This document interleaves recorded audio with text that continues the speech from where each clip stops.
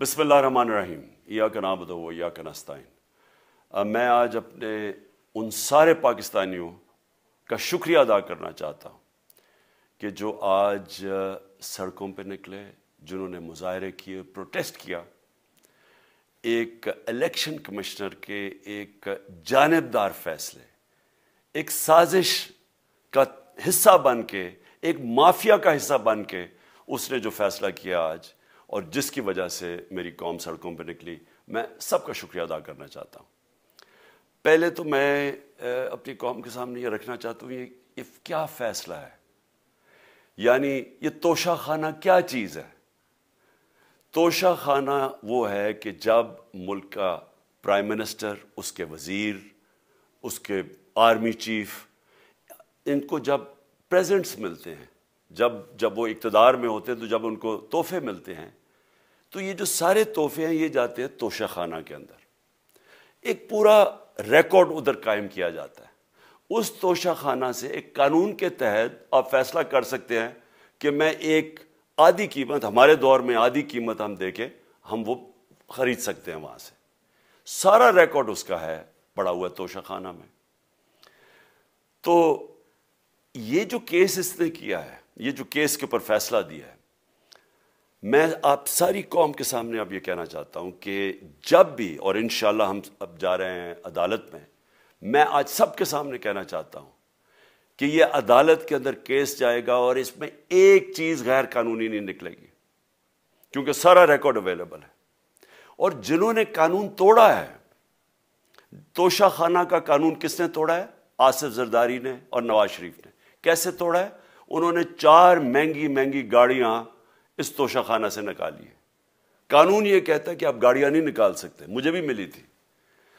تو ان کے کیس تو سنے نہیں، ان کے 10 سال سے کیس پڑے ہوئے جو انہوں نے یہ گاڑیاں غیر قانونی طور پہ نکالی تھی۔ اور وہ جو کہ سارے میرے وکیل نے آج قوم کے سامنے بتایا کہ سارا ریکارڈ اویلیبل ہے، اس کے اوپر اس نے یہ فیصلہ کیا۔ تو پہلے تو ہم جائیں گے انشاءاللہ عدالت میں، لیکن میں اس الیکشن کمشنر کے اوپر اپنی قوم کے سامنے اس کا ذرا اصلیت رکھنا چاہتا ہوں۔ یہ وہ آدمی ہے جو پچھلے 2.5 سال سے ہمارے خلاف فیصلے دے رہا ہے۔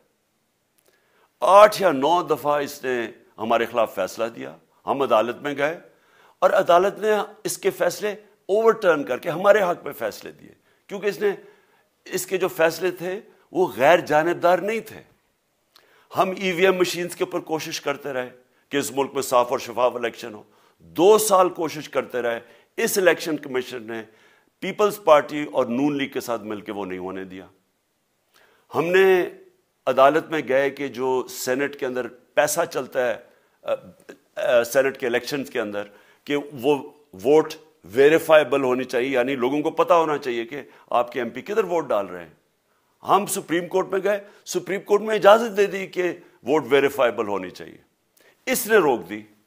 اس کے بعد یوسف رضا گیلانی کا بیٹا پیسے دیتے ہوئے پکڑا گیا ووٹ خریدتے ہوئے، اس نے کوئی ایکشن نہیں لیا۔ یہ اس نے جب ہمارا یہ ابھی جو آڈیو لیکس ہوئی ہے، اس کے اندر کیا چیز آئی ہے سامنے؟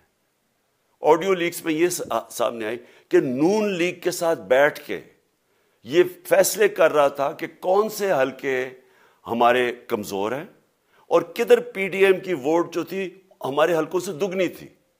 اس نے ان کے ساتھ بیٹھ کے فیصلے کیے۔ یہ جو ابھی حال ہی میں الیکشن ہوئے ہیں، اسی الیکشن کمیشن نے، اس نے پہلے بھی جب پنجاب کے بائی الیکشن ہوئے تب بھی پوری الیکشن کمیشن کی مشینری نے ان کی مدد کی، اور اس کے گورنمنٹ بھی پنجاب میں انہی کی تھی، گورنمنٹ کی مشینری نے بھی پوری مدد کی۔ اس کے باوجود دونوں دفعہ یہ الیکشن ہار گئے، اور الیکشن اس لیے ہارے کہ پاکستان کی قوم ان کو ریجیکٹ کر بیٹھی ہے، اور اللہ کا شکر ادا کرتا ہمارے ساتھ کھڑی ہے۔ جب ہماری گورنمنٹ گئی تب سے یہ مافیا کوشش کر رہا ہے کہ تحریک انصاف کو ختم کرنے کی۔ پہلے تو انہوں نے گورنمنٹ گرائی بیرونی سازش، پھر انہوں نے کروڑ روپیہ خرچ کیا، 20 یا 25 کروڑ روپے کی ووٹیں خریدی، لوگوں کو لوٹا بنایا، ہماری گورنمنٹ گرائی۔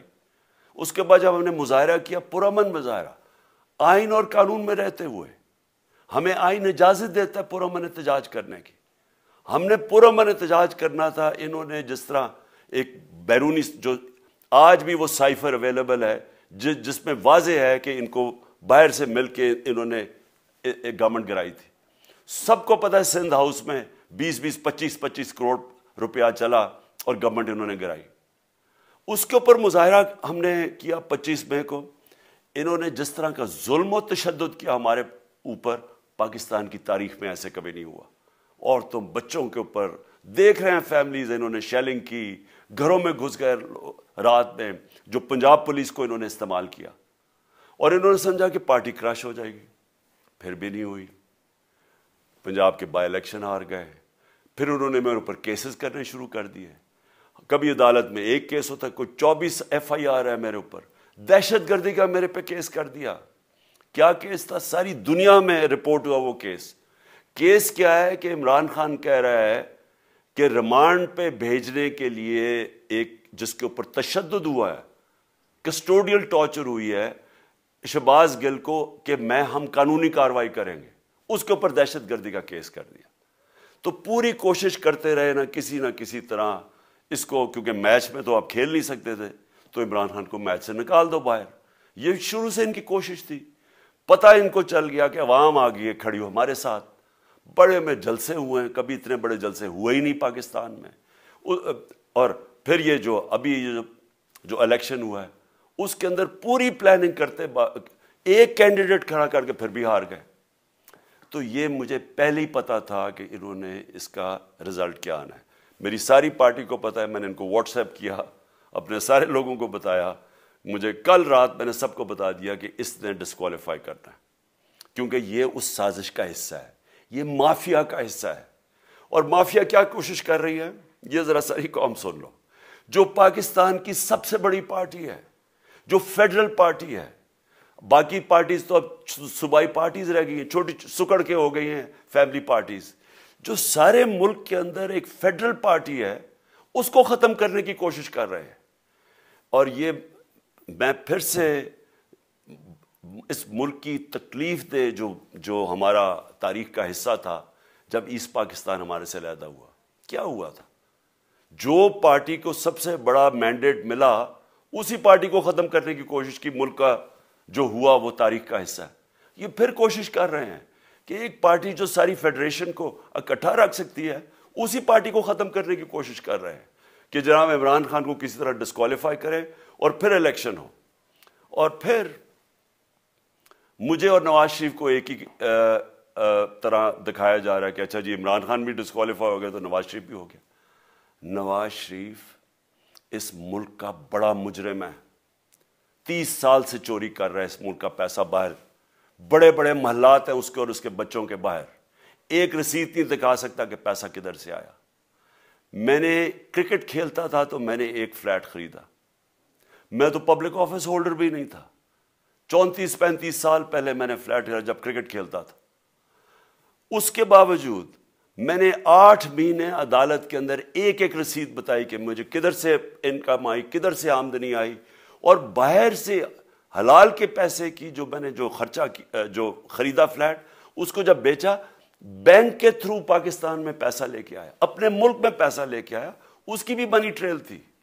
عدالت نے مجھے صادق اور امین کہا, اور مجھے مقابلہ اس آدمی سے کر رہے ہیں جو اربوں روپے کی پراپرٹیز لے کے بیٹھا ہوا ہے. کبھی کوئی جھوٹ بولتا ہے کہ جی مجھے قطری خات کے جی قطری نے پیسے دے دیے, کبھی وہ کہتا ہے یہ ہیں وہ ذرائع, وہ فیل ہو جاتا ہے. وہ بیٹی کہتی ہے میرے لندن تو چھوڑو پاکستان میں کوئی پراپرٹی نہیں, اور پھر پراپرٹی نکلا.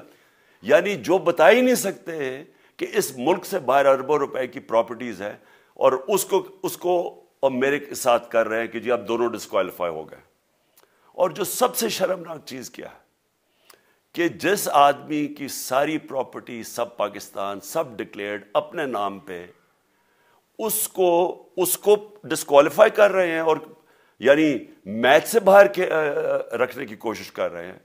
اور کن کو اس ملک میں بچایا جا رہا ہے؟ اس ملک کے بڑے بڑے مجرم جن کے اوپر اربوں روپے کے کیسز ہیں, وہ آ کے پہلے تو ان کو سازش کے تحت ملک پہ بٹھایا جاتا ہے, پھر وہ قانون اسمبلی میں بیٹھ کے نیب کا قانون چینج کرتے ہیں اور 1100 ارب روپے اپنا معاف کروا لیتے ہیں.